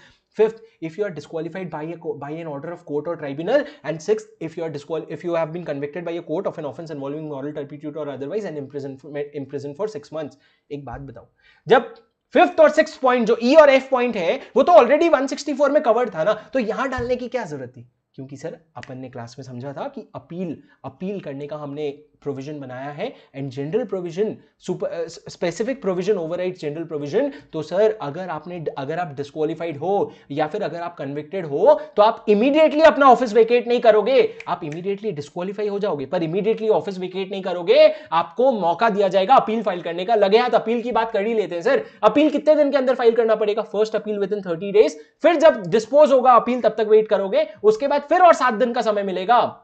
अगर 7 दिन के अंदर तुमने वापस से appeal कर लिया तो फिर आपका जब तक वो सेकंड अपील डिस्पोज ऑफ नहीं हो जाता तब तक आप ऑफिस वेकेट नहीं करोगे। जिस दिन सेकंड अपील डिस्पोज ऑफ हो गया उस दिन आपको ऑफिस वेकेट करना पड़ेगा, अगर आपके अगेंस्ट में आया है, जो अपन ने सब पढ़ा था सर। तो डिस्क्वालीफाइड और कन्विक्टेड। उसके बाद सर अगर सेक्शन 169 में आपको रिमूव कर दिया गया है, या फिर अगर कंपनी में आप डायरेक्टर बने थे by virtue of holding office or employment in any other associate subsidy or holding company, and now you are not in the office or employment of such other company, then in that case you will have to vacate the office of the director. Sir ये आपको समझा, Reliance industry और जियो वाला example. तो अगर आप रिलायंस में employ थे और उसके वजह से जियो में आपको डायरेक्टर बनाया था और अब आप रिलायंस में एम्प्लॉय नहीं रहे, तो डायरेक्टर कंटिन्यू करके क्या करोगे? अब सर सुनो, अगर आपको ऑफिस वेकेट करना चाहिए था तो भाई उठ के चले जाना चाहिए था ऑफिस से, पर अगर उसके बाद भी आप कंटिन्यू कर रहे हो ना तो आप पे पेनल्टी लगेगी 1 lakh rupees to 5 lakh rupees. ये वही पेनल्टी है जो सेक्शन 166 में अभी लगी थी। सर अगर किसी कारण से अगर एक कंपनी का पूरा डायरेक्टर्स अगर खाली हो जाता है, वेकेट हो जाता है, तो क्या होगा sir? In that case the promoter or central government will take over, they will appoint few directors, those directors will call general meeting and in those general meeting again directors will be appointed. क्या बोला sir मैंने? Promoter or central government will take over, they will appoint minimum number of directors which is required to call the general meeting. वो general meeting बुलाएंगे और general meeting में director appoint होगा। और sir जो वेकेशन के grounds हमने पढ़े ना, उससे एडिशनल ग्राउंड्स भी प्राइवेट कंपनी क्या कर सकता है? प्राइवेट कंपनी मेंशन कर सकता है अपने एओए में। समझे सर? ये हो गया क्या? ये आपका ये हो गया 167। सर 167 के बारे में कुछ बेसिक चीजें बता दूं। अपॉर्चुनिटी ऑफ बीइंग हर्ड नहीं दिया जाएगा, और सर बोर्ड जो है ना वो इन ग्राउंड्स को वेव ऑफ नहीं कर सकता। बोर्ड ने ये नहीं बोल सकता कि भाई तू 12 महीना नहीं अपॉइंट किया ना मीटिंग, चल कोई बात नहीं मैं तेरे को माफ कर रहा हूं। नहीं भाई, तू माफ नहीं कर सकता। You can not wave any ground of vacation. और सर जनवरी 21 पे इस पे क्वेश्चन भी आया था सर, सेक्शन 168 169 168 क्या कहते हैं? रेजिग्नेशन। भाई अगर तेरे को पहले निकलने का खुद मौका देंगे, नहीं निकला तो 169 में निकाल देंगे। 168 रेजिग्नेशन ऑफ डायरेक्टर्स। अगर तुमको रिजाइन करना है तो तुम कंपनी को एक नोटिस दो, उस नोटिस में तुम अपना इफेक्टिव डेट ऑफ रेजिग्नेशन लिख सकते हो। जैसे ही कंपनी को वो नोटिस मिलेगा उसमें 4 काम करने पड़ेंगे। Board will take a note of such resignation. दूसरा, board will inform it to ROC in form DIR 12 within 30 days. DIR 12 sir ये वही फॉर्म है जिसमें अपॉइंट हो रहा था, जिस फॉर्म में तुम 152 सबसेक्शन 5 में अपॉइंट हो रहे हो, उसी फॉर्म से तुम्हारा रेजिग्नेशन भी कम्युनिकेट किया जा रहा है with in a period of 30 days. उसके बाद सर कंपनी अपने वेबसाइट में भी पोस्ट पोस्ट करेगा और अपने बोर्ड रिपोर्ट में भी इस फैक्ट के बारे में मेंशन करना पड़ेगा। मतलब सर बहुत बड़ा इवेंट होता है ये। और सर कभी कभी कंपनी क्या करती है ना, झूठा रीजन बता देती है आरओसी को रेजिग्नेशन का। तो डायरेक्टर तेरे पास एक ऑप्शन है, अगर तू चाहे ना तो तेरे रेजिग्नेशन की 30 डेज के अंदर तू भी आरओसी को एक फॉर्म DIR 11 फाइल कर दे। नीचे ये चार्ट देखो, तू भी आरओसी को एक DIR 11 फाइल कर दे और उसमें बता दे exactly what was the reason of your retirement. पर सर ये जो DIR 11 होता है ना, उसमें साइन करना पड़ता है। दोस्तों सुनो, एक पॉइंट मैंने तुमको क्लास में नहीं बताया, जो DIR 11 होता है ना उसमें साइन करना पड़ता है। तो सर अगर एक बाहर का बंदा है, फॉरेन डायरेक्टर है, तो वो इंडिया में आके साइन कैसे करेगा? तो लॉ ने क्या बोला पता है, अगर एक फॉरेन डायरेक्टर है वो रिजाइन कर रहा है और अगर उसको DIR 11 फाइल करने का मन है और अगर DIR 12 फाइल हो चुका है, कंपनी ने DIR 2 सक्सेसफुली फाइल कर चुका है, तो फॉरेन डायरेक्टर तू ना किसी को अपॉइंट कर सकता है जो आपके बिहाफ में साइन करके फाइल कर देगा। आपको खुद आके फाइल करने की जरूरत नहीं है। सर प्रोसीजरल है, एक बार फिर से सुन लो। अगर एक फॉरेन डायरेक्टर रिजाइन करता है तो सब सेम रहेगा, पर अगर फॉरेन डायरेक्टर रिजाइन करने के बाद DIR 11 भी फाइल करना चाहता है तो उसको साइन करना पड़ेगा। मान लो इलेक्ट्रॉनिकली नहीं होता, फिजिकली साइन करना पड़ेगा, तो इंडिया आएगा क्या? लॉ ने बोला नहीं भाई, तू अगर चाहे ना तो अगर DIR 12 फाइल हुआ है तो तू क्या कर सकता है, तू इंडिया में किसी चार्टर्ड अकाउंटेंट, कॉस्ट अकाउंटेंट को क्या नॉमिनेट कर सकता है कि भाई मेरे बिहाफ में साइन करके प्लीज DIR 11 फाइल कर दे, और वो कर देगा। सर अब सर डायरेक्टर ने रेजिग्नेशन दे दिया, रेजिग्नेशन इफेक्टिव कब से होगा? The date mentioned in the resignation letter or the date on which such notice was received by the company, whichever is earlier. तुम होश में हो ना, whichever is later है सर। जब आपको नोटिस में जो डेट लिखा है या जब कंपनी के पास पहुंचा, whichever is later। सर ये whichever is earlier, later earlier कब क्या समझेगा सर? लॉजिक से समझेगा ना। आपको मैंने क्लास में एग्जांपल समझाया था, उसी लॉजिक से समझेगा। अब सर आगे सुनो। सर डायरेक्टर रिजाइन तो कर सकता है, लेकिन उसके बाद वो जो भी ऑफेंस उसने उस पीरियड में किया है उसके लिए लायबल होगा। सर उसने रेजिग्नेशन तो दे दिया, लेकिन बोर्ड ऑफ डायरेक्टर ने रेजिग्नेशन एक्सेप्ट नहीं किया, तो लॉ ने बोला चल हट, तेरे को कोई एक्सेप्ट नहीं करना है बोर्ड ऑफ डायरेक्टर। सामने डायरेक्टर ने जब रेजिग्नेशन दे दिया ना, तो रेजिग्नेशन वैलिड हो जाएगा from the date mentioned in the resignation notice or the date on which it was received. Sir एक बात सुनो ना, अगर सारे के सारे डायरेक्टर रिजाइन कर लेते हैं तो वापस से प्रमोटर और सेंट्रल गवर्नमेंट जो है वो टेक ओवर कर लेंगे। Section 169 removal of director, very important. आंख बंद करो, चार्ट इमेजिन करो। सर एक कंपनी है, उसमें एक डायरेक्टर है।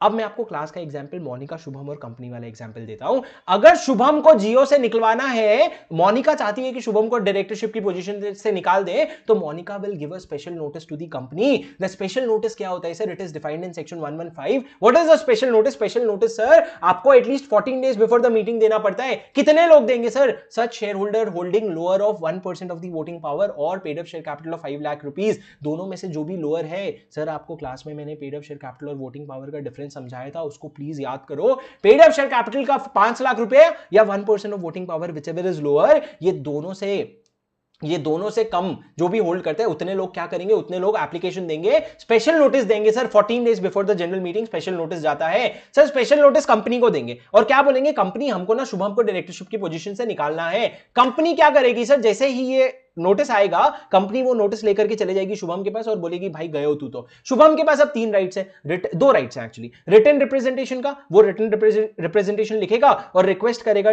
कंपनी को कि कंपनी प्लीज ये रिटन रिप्रेजेंटेशन ना शेयर होल्डर्स को भेज देना। दूसरा राइट क्या है सर? ओरल रिप्रेजेंटेशन का, जो अपनी मीटिंग में वो खुद से बोलेगा, हर्ड ऑन दी रेजोल्यूशन कहते हैं उसको। अब सर अगर रिटन रिप्रेजेंटेशन जो है ना, वो company general meeting share holders को भेज सकती है नोटिस के साथ, पर अगर रिटन रिप्रेजेंटेशन नहीं भेज पाई कंपनी किसी कारण से, तो सर वो डायरेक्टर को राइट है कि जो रिटन रिप्रेजेंटेशन है ना, that will be read out in the general meeting. पर sir this reading out of general meeting, reading out of written representation does not amount to oral representation. You will still get a right to be heard on the resolution. मतलब sir आपका written representation पढ़ा भी जाएगा और उसके बाद आपको DISE पे बुला करके बोलने भी मिलेगा। पर सर सुनो, अगर कोई कंपनी ने या किसी अग्रीव्ड पर्सन ने ट्राइब्यूनल को एप्लीकेशन दे दिया that the director is using such representation to secure needless publicity for defamatory matter, मतलब सर वो जबरदस्ती पब्लिसिटी के लिए या फिर किसी को डिफेम करने के लिए यूज कर रहा है, then in that case tribunal में pass an order that he will not make any representation, the representation will not be sent to the company, and in fact जो एप्लीकेशन का कॉस्ट आया है, जो आपने ट्रिब्यूनल को एप्लीकेशन दिया है, that will be borne by such director. क्या ऑर्डर देगी सर? क्या ऑर्डर देगी कि भैया रिटन रिप्रेजेंटेशन मेंबर को भेजने की जरूरत नहीं है, ना तुमको रिटन रिप्रेजेंटेशन पढ़ने की जरूरत है, और ना ही तुम, और जो कॉस्ट हुआ ना एप्लीकेशन का, वो भी वो डायरेक्टर बेयर करेगा जो डिफेमेटरी मैटर के लिए यूज कर रहा था। अब सर सुनो, कंपनी जब जनरल शेयर होल्डर को नोटिस भेजेगी ना, उसमें क्या बोलेगी कि भाई देख, शुभम ने रिटर्न रिप्रेजेंटेशन दिया है और वो रिटर्न रिप्रेजेंटेशन अटैच है, तुमको मीटिंग में आकर के रेजोल्यूशन पास करना है। सर अभी डायरेक्टर को निकालना है, कौन सा रेजोल्यूशन पास करना पड़ेगा? भाई अपॉइंट करने के लिए ओआर पास किया था, निकालने के लिए भी ओआर पास करेगा। पर सर अगर एक इंडिपेंडेंट डायरेक्टर सेकेंड टर्म के लिए रीअपॉइंट हुआ है, तो आपने उसको अपॉइंट करने के लिए एसआर पास किया था, तो अब उसको रिमूव करने के लिए भी आपको स्पेशल रेजोल्यूशन पास करना पड़ेगा, वरना नहीं निकलेगा। अब सर जो स्पेशल नोटिस आता है ना, जो स्पेशल नोटिस 115 में आता है ना, उसमें दो चीजें लिखी हो सकती है। पहला तो रिमूवल कि भाई निकाल दो, दूसरा वो लोग ये भी लिख सकते हैं कि भाई जिसको निकालोगे ना उसके बदले में किसको अपॉइंट करोगे, वो भी लिख सकते हैं। अगर लिखा हुआ है किसको अपॉइंट करोगे, तो वो भी आप जनरल मीटिंग में ऑर्डिनरी रेजोल्यूशन पास करके अपॉइंट कर सकते हो। सर अब एक बात बताओ, स्पेशल नोटिस आया, उसमें लिखा हुआ है शुभम को निकाल दो और शुभम की जगह तुम अजय को अपॉइंट कर दो, तो सर उस केस में 160 वाला डिपॉजिट देना पड़ेगा क्या, जो 1 लाख रुपए का डिपॉजिट है? द आंसर इज नो, क्योंकि सर ये स्पेशल नोटिस है और ये अलग प्रोविजन है, तो यहां 160 वाला प्रोविजन को मत घुसाना।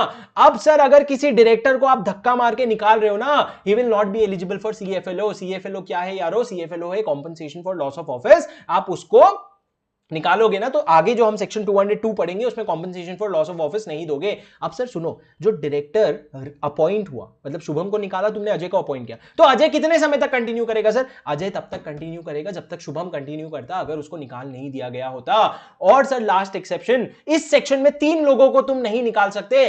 पहला, अगर ट्राइब्यूनल किसी डायरेक्टर को अपॉइंट कर रहे हैं अंडर सेक्शन 242, जब हम पढ़ेंगे तब तुम समझ जाओगे। दूसरा, अगर 163 में प्रोपोर्शनल रिप्रेजेंटेशन के थ्रू डायरेक्टर्स अपॉइंट हो रहे हैं, तो उनको नहीं निकाल सकते हो। और तीसरा, अगर 161 सबसेक्शन 3 में नॉमिनी डायरेक्टर अगर है, अगर एक नॉमिनी डायरेक्टर है सेक्शन 161(3) में, तो उसको आप इस सेक्शन से नहीं निकाल सकते हो। अब सर एक लास्ट चीज, मोनिका ने स्पेशल नोटिस तो दिया कि शुभम को निकाल देना, लेकिन मोनिका ने ये नहीं बताया क्यों निकालना है, रीजन नहीं बताया। सर तो क्या स्पेशल नोटिस वैलिड है? हाँ sir, LIC versus escort limited का एक केस था जिसमें ये डिसाइड हुआ, हाँ स्पेशल नोटिस बिल्कुल वैलिड है, कोई कमी नहीं है स्पेशल नोटिस में।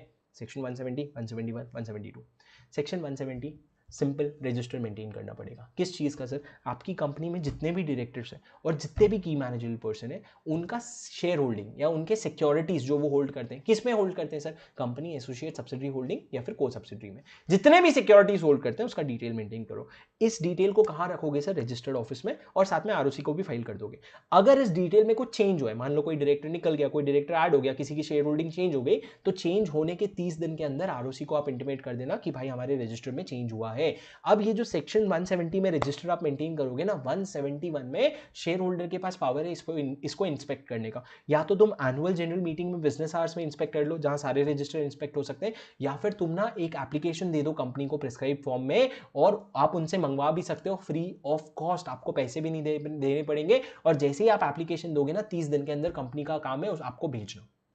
ठीक है। 172 पनिशमेंट। 172 क्या कहते हैं? अगर चैप्टर 1 में, मतलब कंपनीज एक्ट के चैप्टर 11 में, appointment and qualification of director में, अगर कहीं पे हमने पनिशमेंट नहीं लिखा है, अगर हम लिखना भूल गए हैं, तो जिसका कोई नहीं उसका ये सेक्शन है। क्या सेक्शन है सर? अगर तुमने कोई सेक्शन का ब्रीच किया, सिर्फ इस चैप्टर का सर, और किसी चैप्टर का नहीं। If you fail to comply with the provision of any section of this chapter for which no specific penalty has been given, in such case there will be a penalty. How much sir? Company and officer in default will be liable for a penalty of minimum 50,000 and maximum 1 lakh in case of officer in default and 3 lakh in case of company, and in case of continuing default for a penalty of 500 rupees per day.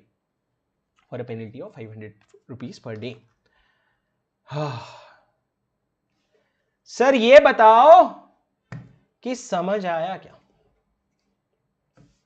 Monika, अच्छा लगा मेरे को निकाल दिए company से? हाँ sir, एक request है, आज सुन लिया, समझ लिया, एक बार घर जाके जब भी पढ़ोगे, आज नहीं तो जब भी पढ़ोगे, एक बार पढ़ने के बाद, पूरा खत्म हो जाने के बाद एक बार ये रिवीजन वीडियो देखना, फिर बताना कैसे समझ आया। और सर इंतिशा, जिन्होंने मिस किया, ये लेक्चर यूट्यूब में रहेगा तो आप आराम से देख सकते हो। अगले बार ध्यान रखना, अपन 7 बजे या 8 बजे करेंगे। जय हो प्रोफेसर बाबा की। नहीं भाई, मेरी नहीं, तुम्हारी जय हो। अगर तुमने ये सब अब्सॉर्ब किया है, you are great. I will end the session. Live students, I will see you tomorrow morning. Have a good night. Study well. Be efficient with your time. And I will see you soon. And last thing, notes के लिए मेरे को मत परेशान करना, notes आपको नीचे description में भी लिंक है और मैं कमेंट में भी डाल दूंगा, वहां से आप नोट्स ले सकते हो। सर हमारे पास पुराने पिछले अटेम्प्ट वाले नोट्स है, नए नोट्स लेने क्या? सर अगर ले सकते हो तो प्लीज ले लो, क्योंकि आपको क्यों परेशान होना है अमेंडमेंट के चक्कर में। अगर नहीं ले सकते तो ये वीडियो देख देख करके नोट्स आपके अपडेट कर लो, काम हो जाएगा। ठीक है सर, क्वेश्चन बैंक लो ना लो, समरी नोट्स ले लेना चाहिए। ठीक है, thanks a lot for watching guys, I will see you soon, the next video will come soon, stay tuned, do subscribe to the channel, और अगर समझ आया तो भाई लाइक करके जाओ। ठीक है, चलो guys, thank you, have a good day.